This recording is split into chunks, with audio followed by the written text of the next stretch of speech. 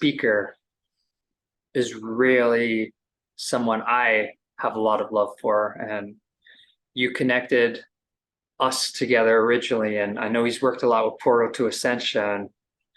And every time he speaks, it's profound.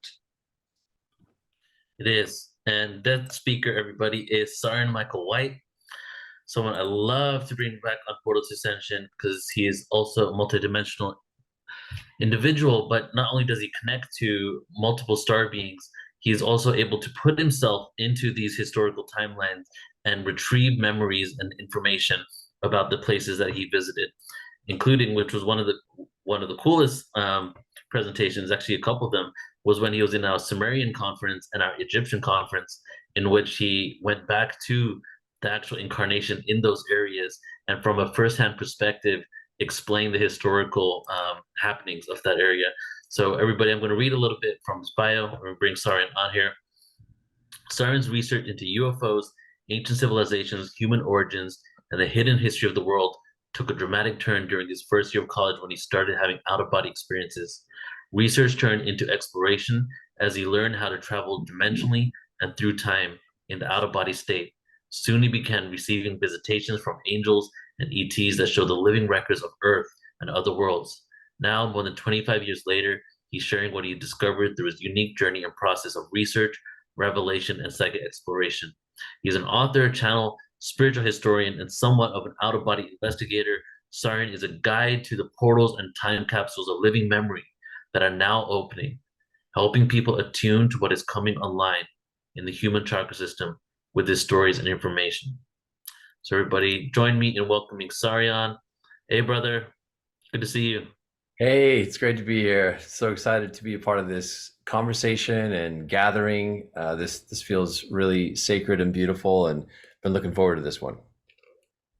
Been looking forward to your presentation, brother. It's good to see you, man. It's all yours. Yeah. Take it over. All right. Well, I first wanted to say thanks to all of you. When I first heard about the Dragons Conference and read what it was going to be about, I was kind of blasted by positive energy. I felt really excited about the fact of people getting together and talking about this. And I was also kind of surprised because I didn't realize that this was that much of a thing. I thought I was discovering this connection to these higher dimensional dragon beings, which I had just started to channel a little bit more in the last couple of years. But I didn't realize that it was so widespread. I mean, I knew people have an affinity to dragons, but this is something else that this is coming together. It feels like it really is a very potent activation of awareness that is now becoming a collective shared experience that we can talk about. So I'm grateful for the opportunity to be here. So I'm going to do something that I like to do in these presentations, especially when we only have so much time. I like to pull the lens really far back and give a big picture and somewhat of a useful context and framework for understanding our relationship to these things energetically, a little bit of history, a little bit of multidimensionality, and we'll talk about why the dragons are here, who they are. Not that I personally think I can answer that question fully, because I have pieces to share, other people have pieces, and we're all piecing things together, but I'll share with you what I know. And I do know some things that are very interesting. And then we'll talk about how to engage, what is the aligned purpose that we share with these beings that can help us go deeper into the synergy that is presenting itself. I always love when little confirmations show up. So I just wanted to say that without even knowing anything about who was presenting before me and what was going on, I opened up the Zoom call and I was hearing the talk about Blue Dragon. And before I even heard that, I had went and I picked out this blue shirt and I was like, I want to honor the Blue Dragon energy going into this presentation. I don't know where that was coming from, but then it felt like it was a confirmation. So that's fun. Okay, so pulling the lens way back, the first thing I'm going to share with you is not specifically about dragons. It is about the birthing of a unified field of human consciousness, because that is why many different groups that have already gone through that kind of a shift on other living worlds have been able to come to the earth and bring gifts. They come bearing gifts, just like the wise men who brought gifts to the birth of Jesus. According to that particular tradition, there are wise beings from other realms that are coming bearing gifts to the birth of the unified consciousness that's taking place here. And one of the things I've been doing is to channel some awarenesses and information and energy coming from these different groups. The dragons are presenting themselves as one of them. I call them the love dragons. That's what I started calling them when they started coming through my channel in the past couple of years. And I hear people talk about blue dragons and pink dragons and rainbow dragons and crystal dragons. And, there's all kinds of ways that we experience these energies. I just call them the love dragons because that feels like a way of distinguishing a difference between the really higher vibrational dragon energy that we are all intent on aligning with and anything else that might also be associated with that term or form or concept of a dragon. So the love dragons, or the peace dragons, either way, it's very angelic energy that we're talking about. So I remember having a session with somebody and it was a few months ago. And because I'm starting to get familiar with dragon energy, I was tuning in because one of the things I do is I tune into people to get a sense for who their guides are and often introduce people to their guides. And I was tuning in and I felt the presence of a dragon guide or teacher. And I kind of felt funny saying this because it's not like I've had a lot of sessions like this. I haven't had a lot of conversations with people about dragons, but I was like, I know this might sound kind of strange, but do you realize you have a dragon guide? And he was like, oh yeah, I know about him. And we actually sat down and we both channeled our dragon teacher guides and had a little bit of a Kundalini alignment activation open up, because it's one of the things that these dragon energies seem to bring in. They really work a lot with the Kundalini energy. They especially work on sexual healing and the healing of male female polarity, the cleansing of the polarities, the balancing of the polarities, so that they can enter into that sacred dance that awakens the Kundalini energy. And that was before I knew the Dragon Conference was happening. So it was really interesting to see that, okay, now there's people. I mean, this is an example. What just happened in that session, there are people now coming together that have a shared connection to the dragon consciousness. They're meeting each other, they're sharing frequency, and they're aligning with this thing together and exploring it together. And then the Dragon Conference was announced, and I was like, ooh, wow, that means there's going to be a lot more of this going on. That means that the dragon teachers that are here are starting to reveal themselves and are going to start to co-create with our awakening process in some way. Now, I've had a sense that that was going to happen at some point, and I'll explain why just a little bit later. But this was all very, very good news from my perspective. Okay, so coming back to the unified field, one of the first things that happened when I awakened as a teenager is that it's like I was pulled into the future. I don't know how far it was. Maybe it was, many decades. Could have been, 50, 60, 70 years. I don't know when it was, but it was quite a ways in the future. And I could feel in that future version of the earth and humanity that we had established a unified field of consciousness, that we were bathed in this field of light that was connecting us all together. Our chakra systems, our hearts, our minds were connected to this field. We could ask the field questions, and it was like asking the collective of all human consciousness a question, and then whoever had a key, whoever had an answer, whoever had a useful reference point, it's like the field would organize all of those reference points into a packet of information, and it would come and just burst into your mind, and you'd be flooded with a firestorm of information flooding into your nervous systems and your chakras and all of your cells. and you would learn at an accelerated rate. And I saw that that field was going to make it possible for us to learn from each other's collective intelligence in a way that goes beyond anything that is achievable with computers. And that's something to keep in mind, because there are ideas being seeded. They've actually been seeded for many decades now, and it's ramping up.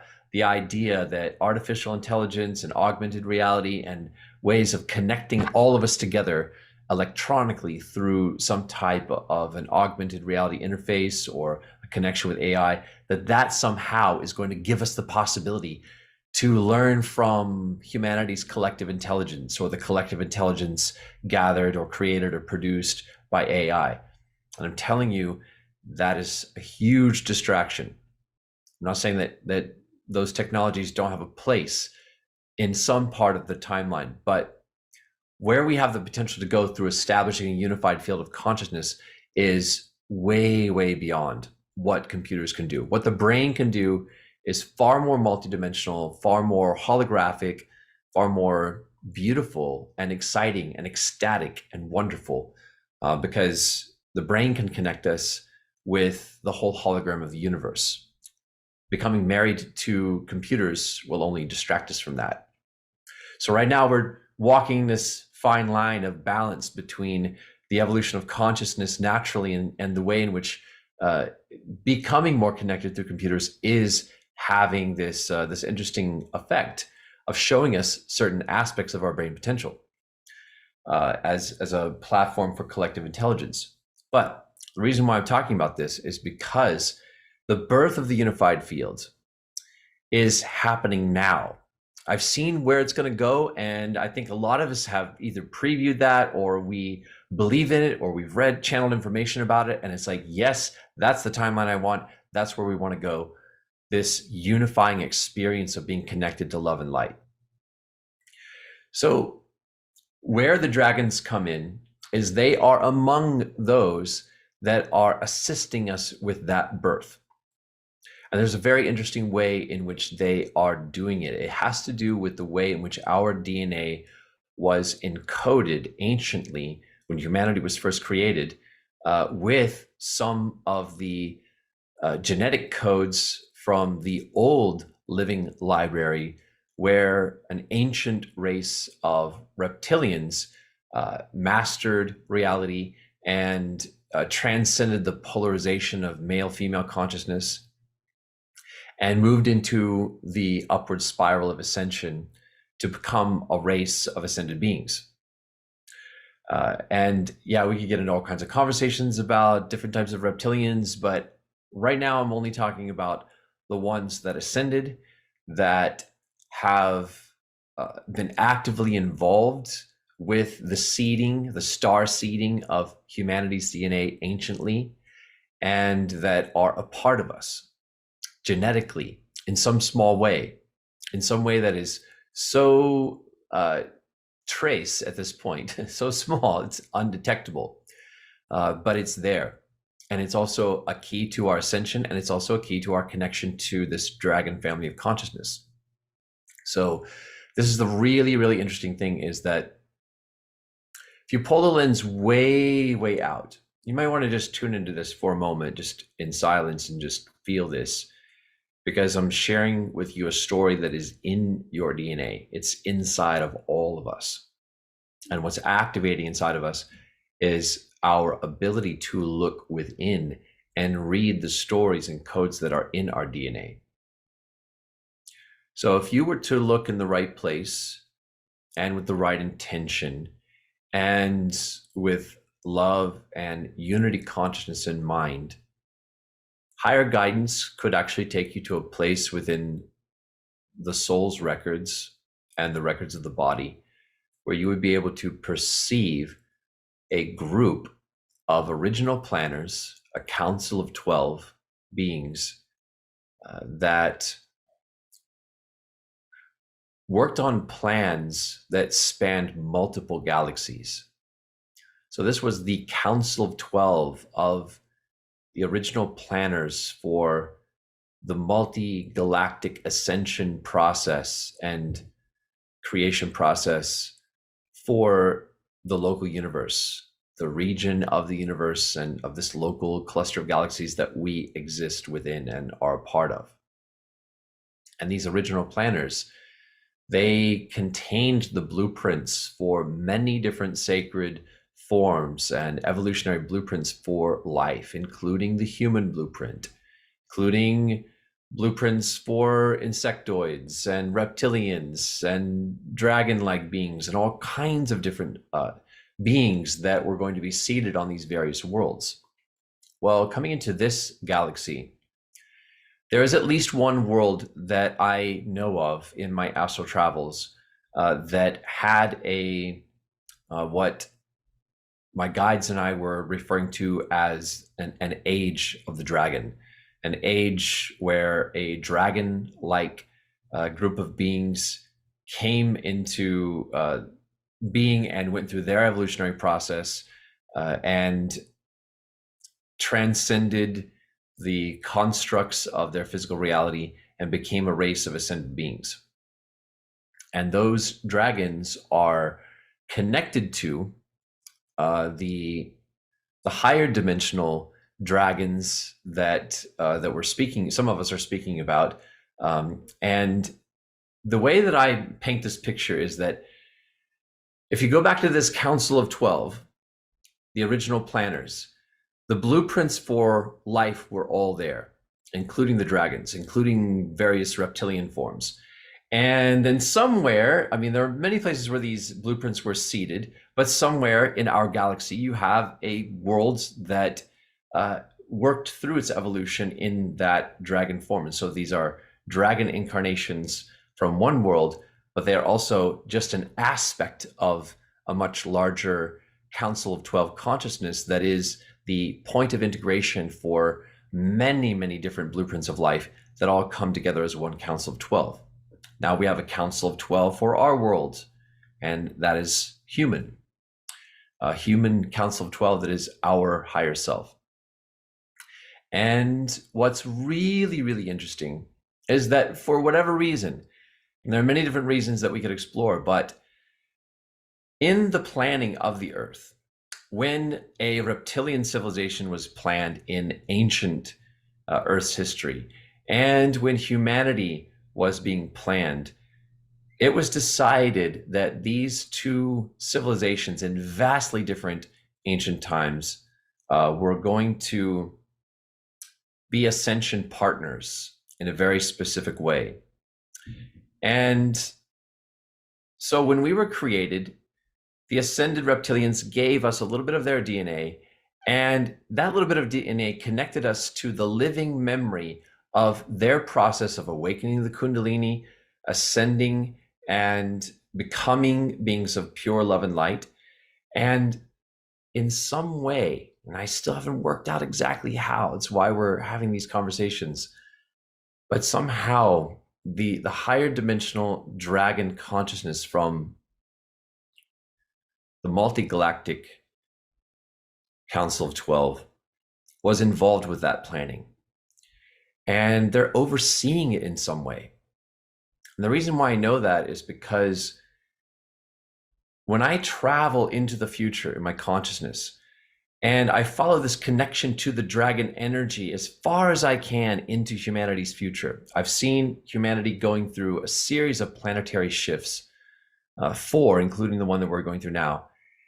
And over thousands of years, when we get to the other side of the 4th and we become ready to leave behind the earth and journey as one to the stars, to go seed life on other worlds, to go assist other worlds in the same way that the Arcturians are assisting us now, to awaken and birth into higher consciousness. At that point, I can feel the presence of these higher dimensional love dragons, and they are celebrating the entire journey of all these shifts.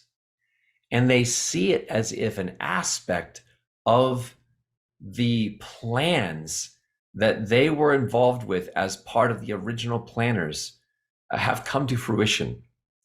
And so that's how I relate to these beings. They are in some ways overseeing the process. They are connected to the original planners in a way that brings the consciousness of the original planners into focus in an interesting way, because we are perhaps slightly more connected to and related to the dragons and reptilians on that council as humans than maybe some of the other species that are there. There's a little more of a kinship because of that genetic seed that we carry that connects us with the reptilians as ascension partners. Now, a lot of people have had various negative views of reptilian energy, dragon energy. Some of that is distortion. Some of that is a way of distracting us away from connecting with the ascension reptilian codes that are there.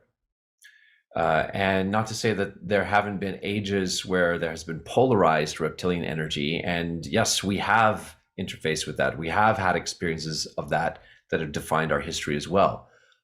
But at this point, these dragon energies that are coming in are helping us to clear away the fear programs that were implanted around connecting with reptilian energy, to clear away judgments, to clear away any aversion to this, because it is time now to align with those ascension codes that were seeded into our bodies.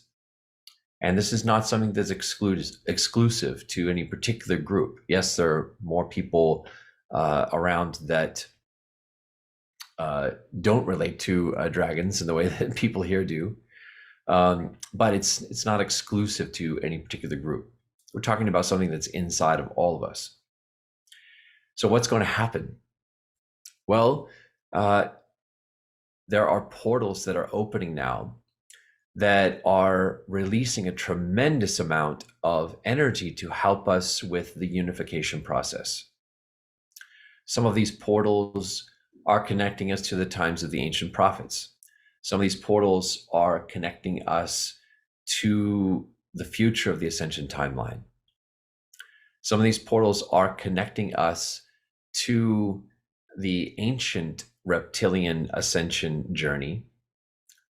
And those particular portals are actually right inside of our cells. I see a lot of people nowadays that are experiencing what I would call as an overlay of some part of the drama and the completion of the ancient reptilian story. So there was a time when the reptilian energy was polarized, and sometimes there are reflections of those ancient polarities that seem to appear within relationships, within human relationships, and even whole family dynamics here in our time period. It's really interesting to witness this. I saw this with my own family. I was working out some really deep stories of abuse from my family, and at a certain point in the process of clearing it, I saw clearly a reflection of dramas from the polarized reptilian phase of their journey anciently. And I saw that what we were doing to heal here was helping them with their ascension process and their healing process there. So that reflectivity between these two civilizations, both of which have gone through, and from a multidimensional perspective are going through simultaneously, a phase of extreme male-female polarity, which leads to all kinds of things.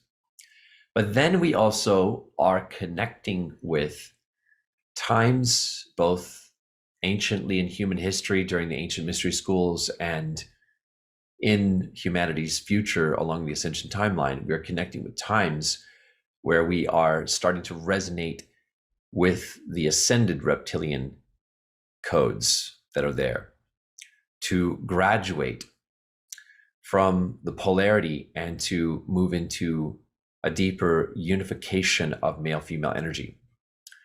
So, like I said, the dragons seem to be like overseers of this process. And what that looks like and feels like is that they can see that there is a master plan and master blueprint inside our DNA that is working itself out and is doing what it was designed to do.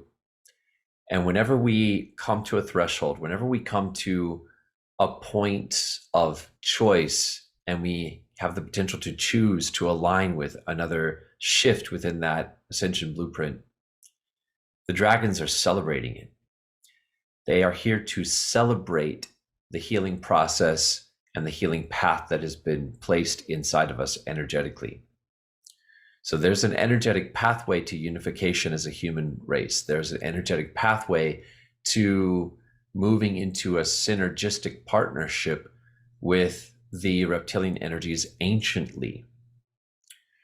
And whenever we move into alignment, move in the direction, or are close to recognizing a choice to align with more of what has been laid out in this blueprint, the dragons are showing up to celebrate that. So in terms of discovering more of who the dragons are, I want to offer you the suggestion to imagine or see or travel inwardly in your intentions, in your consciousness, in your meditation, to connect with a future along the ascension timeline where humanity has completed its journey on Earth. And you can feel in that point of completion, these higher dimensional love dragons are there, having overseen and assisted with the entire process. And they are meeting us as companions, as friends, as beings that have gone through the ascension process that we are now completing as a living world. And there is nothing but celebration about the fact that we have made it. And we are now joining with others that have gone through this process before us. So when I connect with who the dragons are, that's one of the best places to intentionalize making the connection, to align with who we are with the dragons at the completion of our ascension journey on the earth. Because that is encoded into our DNA to get there, to reach that point, and to remember what was planned, having lived through it and understanding it experientially. So remembering the wisdom of this connection that we have with them and with the reptilian energies that are also part of that family of consciousness. I sometimes imagine that the dragons that we're connecting with, the higher dimensional ones, that they had a hands in the development of and planning and inception of both the reptilian and human civilizations. And they are able to see the oneness of these two ascension partners beyond any other context that has arisen, where our polarities were crossing wires, where reptilian time travelers from the polarized civilization in ancient history traveled forward and started messing with the portals, which they did, to create some of the dramas of polarity in our journey on the earth by polarizing male-female energy in the portals. But the dragons can see both civilizations as equals. They see it from outside of time. They can see that any ways in which we've crossed wires were part of the blueprint and how it was being worked out so that we could reach this point of entering into a state of synergy that starts to vibrate inside of our bodies. And probably one of the most profound gifts that will come from this, and I know other people have talked about this, I'm sure, is the gift of sexual healing, healing from sexual abuse, healing from sexual trauma. There is a excitement and bliss factor and tantric element to what is awakening within us, connected with both the reptilian and dragon energies. So they are going to help us connect with that. So let me look at my notes here for a second. See what we have time for. Okay, so how to connect with the dragons? Well, I've been coming back to a really interesting thing that I discovered, and it was talked about by some of the Ascended Masters when they said that this story of Moses connecting with the burning bush, he was told to remove his sandals because he was walking on sacred ground, and he had the vision of the burning bush. There's a lot to what he saw that is not described in Scripture, and it's one of the things that is going to awaken within us, because at a certain point, when enough aspects of the new planetary grid have fired, when enough human beings have come to embody the light again and are sharing in this process of holding light as a shared field of consciousness that can attune others that start to make the choice to awaken into it. When enough people have started to fire that grid with collective mass awakening, it will create a kind of a vision that we may be able to see looking inwardly, as if we're looking at the Earth from out in space, and we can see the grid firing, and we can see all of these little pinpoints of light lighting up, which are people that are coming online within this emerging planetary field of consciousness. And as it's firing up and lighting up, and we can start to see the reflection of that through the Gaia resonance field, reflecting in our chakras, we will then see something akin to what Moses actually saw, which he called, or the scripture called, a burning bush, because that was the closest thing in language to describe the vision that he had of seeing the future of humanity's ascension and the Earth from space being lit up by this grid and all these branches of light that were reaching out, and like tendrils of love and light plugging into more and more populations and lighting up more and more people. Of course, it's a century-long process that we're in. It's going to take a while to go there, but it is happening faster and faster all the time. And at a certain point, we're going to be able to connect with that vision of the Earth inwardly and feel where we are at, and tune in and connect with the presence of the angels and read from the field of the Earth what's happening. What's the new planetary news, which actually many of us are doing that already, but it's going to become easier to do that. So this experience that Moses had, that is the first thing that comes to mind when I think of connecting with dragon energy, because one of the gifts that the dragons revealed to me just a couple of days ago for this conference is that, a lot of people have heard me talk about the Arcturian teaching, that in the Arcturian ascension process, they experienced the process of becoming married to the Gaia of their worlds. It was a sacred alchemical process, a sacred marriage of becoming one with the Gaia resonance field.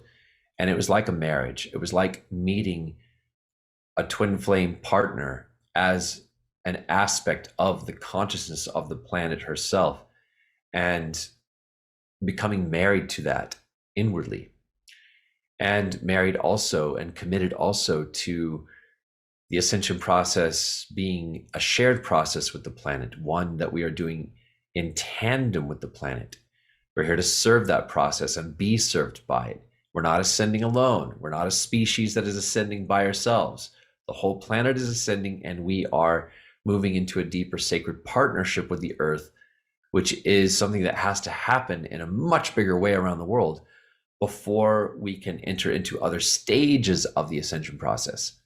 So I've talked about that Arcturian teaching. The Arcturians have spoken about that through me. The dragons are saying that that is one of the major gifts that they are here to bring, because we are now moving deeper into that process of a sacred marriage to the Earth. And the dragons are here to celebrate that, to see it happening, to visualize it, to not only hold that with us, but they are helping more and more people to start to connect with each other so that that sacred marriage to the earth experience starts to move as a collective movement of energy, not just something that individuals are experiencing, but we're starting to connect together. So the dragons are coming in, and they have shared with me that they are going to be presenting themselves as a frequency of love that comes to us as a celebration of our marriage to the earth. It's almost like they've come to be part of the wedding party. So we are en route to a sacred marriage, and they are there to be in a front row seat and to cheer it on and to hold the vision of that happening inside of us. But all this talk about opening dragon portals and connecting with dragon lines, it's relevant to this process of our sacred marriage to the earth. And there are very unique things that they're going to be able to do. They can do things with earth currents that are really fascinating. And it's not something that I even want to try to put words to it, except to say that there are going to be more and more surges of earth currents taking place. And these surges of earth currents will come to connect us to each other, to connect us with the awakening hearts throughout the world, sometimes linking thousands and thousands of people together through one particular surge of earth current in a way that connects our hearts together. The dragons are able to facilitate that process of working with earth currents in a profound way, and they are going to be helping to facilitate that. So the best way to meet the dragon energies, well, I'd say there's two. One is to connect with the earth first and foremost, and to look for that dragon connection in the currents of the earth, and to set an intention to be guided to places on the earth where those currents are the strongest, where there's a little more energy flowing. Or it could just be where you have the opportunity to be in silence and stillness and have some sacred space to have earth time. That is where you can connect with this dragon energy. But the other place is to connect with the sacral chakra, and specifically to connect with the ancient reptilian codes of consciousness that are linked to the rise of that serpent energy within us, the Kundalini energy. The Kundalini energy is represented by these two entwined serpents because the snake, the serpent, was the chosen vehicle, the chosen messenger for the ancient reptilians who ascended to contribute some of their sacred knowledge of the ascension process and the Kundalini energy process to us. They gave that information to the snakes because they knew that the snakes were among those that would survive the coming destruction. They knew that the greater part of life on earth was going to be destroyed at a certain point, that it was going to make way for the rise of the mammals. They also knew that the snakes would be a bridge between the old earth living library and the new earth living library. So that's why the snake or the serpent is the symbol of the Kundalini energy, because those symbols, those beings, literally do contain memory that was encoded into them about our potential to align with the arising Kundalini energy. The masculine Kundalini energy, if we're looking at it in the form of a serpent, is like a snake that is very erect.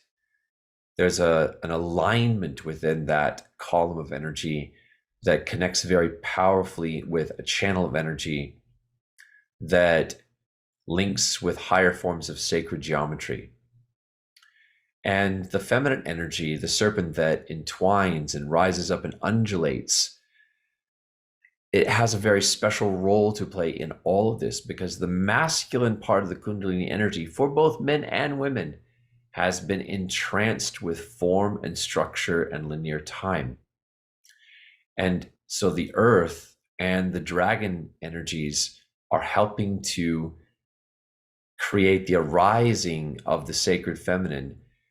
And as she undulates and arises, and for a time is stronger than the masculine energy, she rises up and is able to break the masculine energy out of its trance with time, so that the masculine energy can start to find its place in the role of holding sacred space and of amplifying the feminine field so that it can expand to reach its ultimate state of extending itself to unify the planet, to unify all hearts.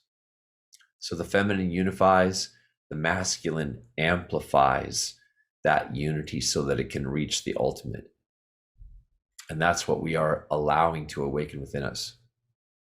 So I want to take a few moments if there are any questions that are arising. I'd love to hear if any of the hosts would like to comment on anything. There's tons of things that I could throw in here, but I just want to see if I can share something at the end that might be synergistic to what people are thinking and asking about.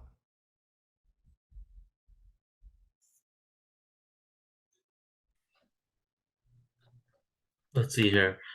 No questions yet, but would love for you to speak about the reptilians and the humans working together.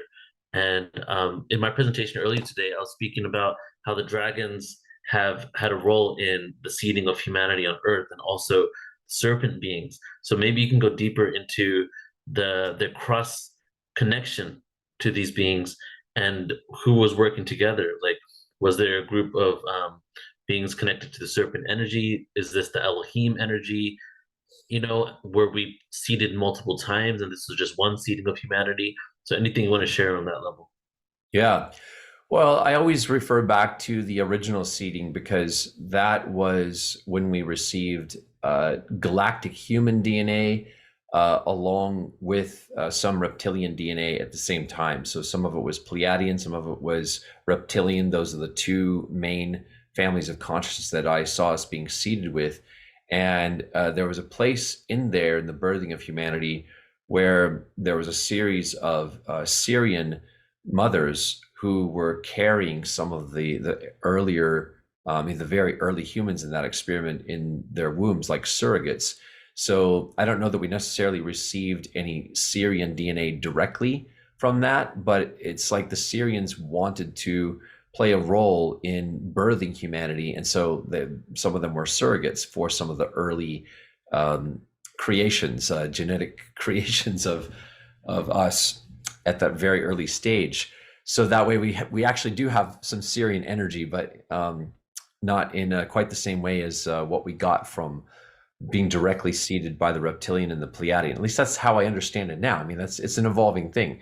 But in terms of like the dragon energies, I think one way of going about this, I'm more giving suggestions of where to look within ourselves to research this further energetically. But as we start to connect with this ancient reptilian civilization, connect in with the relationship between those ancient reptilians and these higher dimensional dragon energies, and feel the relationship that they had with those beings. Because I think we're going to find that there's very much a shared relationship. It's almost like a trinity in a way. Because I feel like the dragon energies, they were involved with seeding both, or coordinating the seeding of both. They just, to me, they feel like they come from a higher level of planning for all of it. Right. If you look at humanity in general, there's this inherent fear of the snake, of the serpent, right? We see it in so many different texts. We talked about slaying the dragon earlier, the Garden of Eden story. Even myself, that would love to say I love serpents. If a snake jumped out of the bushes somewhere, I'm gonna freak out a little bit. Yeah, Is yeah, there yeah. is there some like innate fear wired in us to be fearful of the snake and the serpent? And is this fear subconsciously a part of ourselves that we're not willing to see and integrate? Yeah. That's a very good question. So if you imagine that the reptilian civilization in the ancient past, imagine that that whole civilization was like an earlier version of us. Maybe we all went there, we all went through that ascension process as reptilians, and now we're coming to do the entire thing as humans. Well, there was a stage in there where we were just as destructive and came just as close to destroying ourselves as reptilians as we have now with all these nuclear weapons aimed at each other. And so part of that fear of the reptilian energy is a fear of our own power and the misuse of power, because we've done this before, because we've walked to the edge of destruction many times. And if you look at Atlantis, we did destroy ourselves. So there really is a fear of the misuse of power, and there's part of our reptilian history anciently that connects with that. But also the story in the book of Genesis contains some very significant distortions in it. It's not the original version. The alterations that were made were very small, but very significant. And one of the alterations that was made in the book of Genesis, after Moses was gone, completely changed our understanding of who the serpent is. And so that is going to come to light, because the interesting thing about the original planners and the divine source behind these sacred scriptures, or the overlighting consciousness surrounding it, is that it was known that those distortions were going to occur. In fact, humanity was tricked into making the distortions that it was already known that we were going to have a desire to make. And so we were tricked into making it into very specific ways, so that it would create the conditions that we have in our consciousness, and simultaneously the unraveling of them. So our original planners, oh my God, they are the most amazing planners. They thought of everything, and all the questions are going to get answered, and all the distortions are going to get cleared, and it's going to be this amazing galactic cosmic teaching. And we're in the end, we're going to go forth as an incredibly vibrant, joyful species of beings that are something really new, something that maybe has never even existed before in this form. The Gnostic text speaks about Lucifer and the serpent as a volunteer rather than an evildoer. Basically, the serpent energy volunteered to give us the experience that we signed up for, right? And so now, how does this serpent energy connect to, so I think the JJ spoke before this about the dragon realm being a very high ascended reality and realm that's close to the angelic realm. So can you touch on the dragon realm for you? And are these dragons the ancestors of all these reptilian beings? Okay, well, I'm going to flip it around, and I'm going to say that thinking in terms of them being ancestors might actually be backward, because the dragon energies that I feel we're talking about, they seeded these civilizations from the future.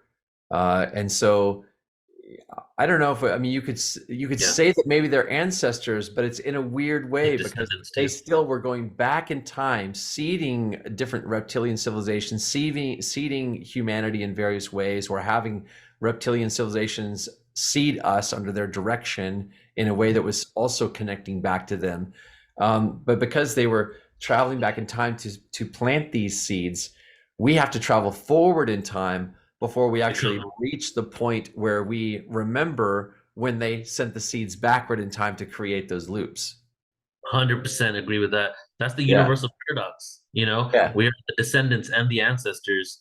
And you're probably familiar with the Prism of Lyra book, where she speaks Yeah. about the fractalizations of all these races, and as the Yeah. lower dimensions were created, lower dimensions, we were going back in time. So in essence, in our future, we rejoin and become the beings that created us in the first place. So they're kind of our descendants. Yes, it actually is this interesting mix of both.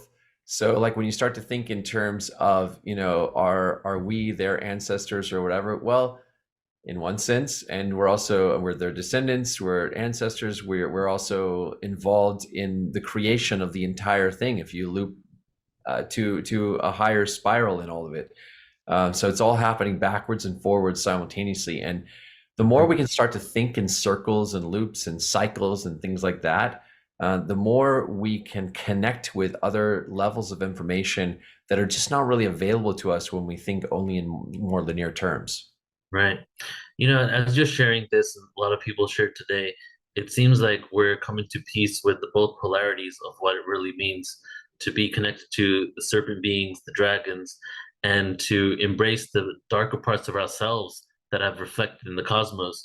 Because there's parts of ourselves and these controlling mechanisms, the things that we've done, the power that we wielded other places that maybe we have some remorse for. Would you agree? And it's time for us to come to peace with that so that we can all live in harmony in the universe. Absolutely. I would say that there are definitely some profound dramas. There are wounds from other systems that we are working through here. And I'm just astounded when I look at my process and the process of other people that are having these kinds of conversations, just how much one human being can play a role in the integration of all of these different systems and realities and time periods and Yeah, wounds and you know, civilizations that have come and gone and crashed and burned and light ages and dark ages, and there is so seriously, much that we are integrating and bringing and bridging into wholeness. It's mind-blowing how much is happening in the course it of one is. human lifetime. Yeah, Yeah. it's incredible. So I want to just tell people that I have been receiving a sort of the beginning of a lineage of messages from Saint John, John Zebedee, that you know is the apostle of Christ, and the one of the more recent ones was published in Sedona magazine, Sedona Journal of Emergence, their predictions issue. And anyone that signs up for my mailing list, I think if you go to my website, saryon.com, you'll see there is the channelingnow.com, you know, the free channeling course there. I think that's the best place to sign up to be on my mailing list. That's on that front page, saryon.com. If you get signed up there, if you're not signed up already, sign up, because very soon, in the next couple of days, I'm going to be sending out the transcript of that channeling from John. So, you know, you don't have to go out and buy the magazine if you don't want to. I'll just send it to everyone that's on my list, because I want to have it out there, because it is talking about the opening of the portals in a way that is very connected with what the dragons are also coming in and offering. It doesn't Amazing. mention dragons directly, but trust me, there's a connection. It'll They're get there. explored for sure. Yeah, yeah. You know, we're gonna do a reptilian series in a few months, 3-part series on reptilian. So let's bring you back on for that. Absolutely, To yeah. share. I've done some pretty deep dives into the history of our connection with the reptilians and what's happened in the Oh portals. yeah, There's a lot. I can't wait to hear it. Yeah. Sorry, brother. I appreciate you, man. You're Yeah. incredible. Thank you so much. Thank you so much. Thanks for being All right, here. we'll talk soon. Okay, All take care, right. brother. Bye, guys.